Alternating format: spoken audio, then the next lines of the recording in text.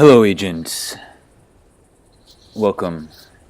MoomHK here, and for those of you that have been following my channel, you will have known about this game through my videos, which I have made 2 of in the past, called Intruder. It's an alpha game developed by Superboss Games, and they opened a store last night, and they started selling it, so you can head on over to their site and get it for $10. Now, I know that a couple people have been doing that, and this video, or probably I'm going to make this into like a little series, is going to be for those people that would like to learn how to play, since I realize that there aren't much of those around, and many videos explaining how to play the game around, and people just basically need a little guide.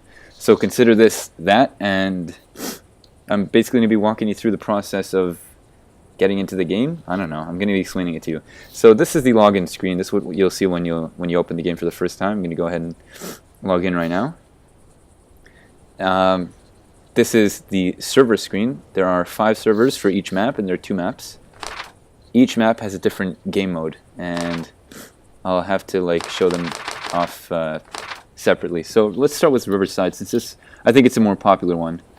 Cliff is newer than Riverside. So alright, whatever. Let's just hop into Epsilon. I hope nobody crashes my party, since anybody can join pretty much. Anybody who owns the game, of course. I'm a bit sniffly as well, so if I sniffle too much. So over here we've got, we pick our teams. We've got the guards and the intruders. For the sake of linearity and continuity, I'm not going to get into what each side does. I'm going to start with something a bit more basic, so just ignore the fact that I joined the guard team. Now, this is, I'm going to be focusing on the HUD and probably the weapons and tools this episode. Maybe next time I'll give a brief overview of the map and a couple of advanced game mechanics. So, if you look at the bottom left, you're going to notice a couple of things. First of all, there's that green bar which is bouncing up and down. That's the voice activate feature that's in the game. If you hit escape, you can open up the menu, and you can configure your mic using this GUI window. I'm sure that I think it actually opens it for you when you first start up the game. So this is what we've got basically. Now, you'll notice that I don't have any weapon or tool out. The tools, you can select your tools. They go all across the top row of your keyboard, so they start at tilde, which is all the way on the top left of your keyboard, and they run all the way to plus, and plus is on the top right of your keyboard. So tilde is your hands. It shows nothing on the HUD, but you can use it to tackle and arrest people, and I'm not going to explain what that is at the moment, but it'll come later, possibly in a different video. Number 1 is the submachine gun, which has 3 fire modes, which are indicated at the bottom right: 3-shot burst, full auto, and semi-auto. Of course, you always want it on full auto, pretty much. Number 2 is the pistol. It only has 1 fire mode, which is semi-auto. Number 3 is the sniper rifle. I actually bound them to 2 and 3. They might be different. You can bind them using this window. If you click and then hit a button on your keyboard, you can actually tell it what key to be. So now it's bound to 2, and I'll just bring that back to the way it was. So there's 1 sniper rifle for each team, and it needs to be picked up. I'm probably going to show that off later as well. So 3 currently doesn't do anything for me. Number 4 is the concussion grenades. They can be used to, well, they're grenades. 5 is the corner cam, which you can use. You basically look around using your mouse, and then you hold down the mouse button and move it to control the camera. So you can basically use it to look around corners, just like so.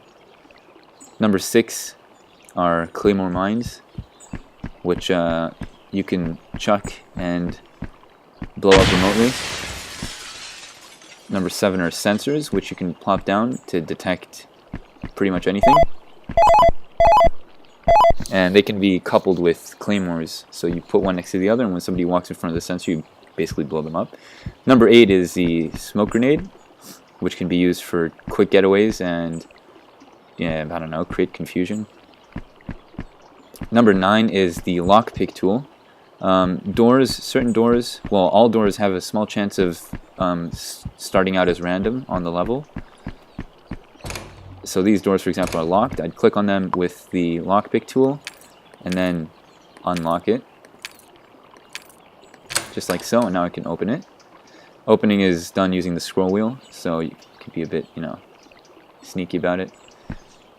0 is a nerve gas, tear gas, I don't really know. It basically, it doesn't affect me or my teammates. I don't think it affects my teammates. It doesn't affect me.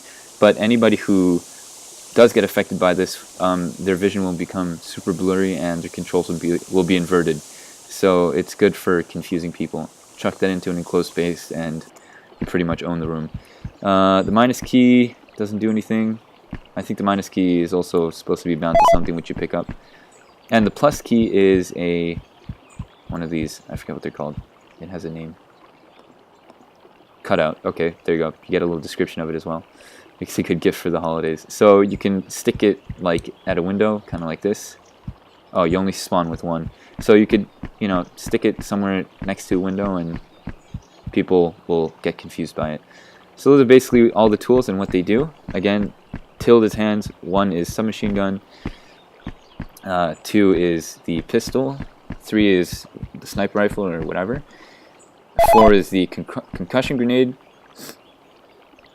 whenever you're ready, okay. 5 is the corner cam, 6 is the claymore mines, 7 is the sensor, 8 is the smoke grenade, 9 is the lockpick, 0 is the gas, minus, I don't know what minus does, I guess nothing, you can bind it to something, and plus is the cutout. So that's basically what you start with. Now back to the HUD. If we look back to the bottom left, you'll notice 3 little bars, one of which is always moving pretty much.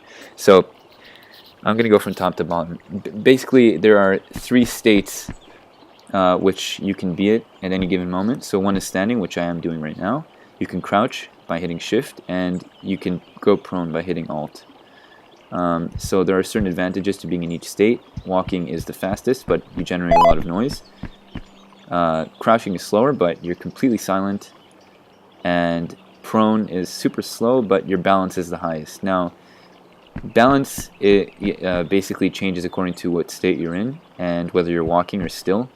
So you get 100% balance when you are prone and immobile. And that is, balance basically affects your accuracy. So if you've got the sniper rifle and you're trying to shoot someone, you're going to get a much higher accuracy if you're prone and not moving. Now when you get shot, your balance actually goes down. If you get shot a couple of times in major areas in your body, like your upper body, your chest, I guess your head, if it's non-lethal, then your balance will also drop. And if you get hit more than once, if your balance basically goes low enough, you'll actually enter ragdoll mode, which can actually be done manually by hitting the K button. So now I'm ragdolled. I'm basically invulnerable. I can't do anything except hit space to come back up, to get back up.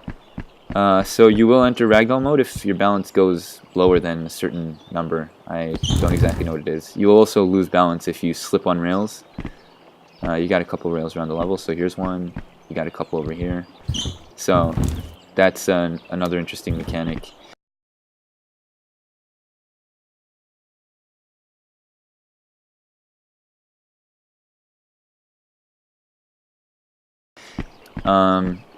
Yeah, I think that pretty much covers that.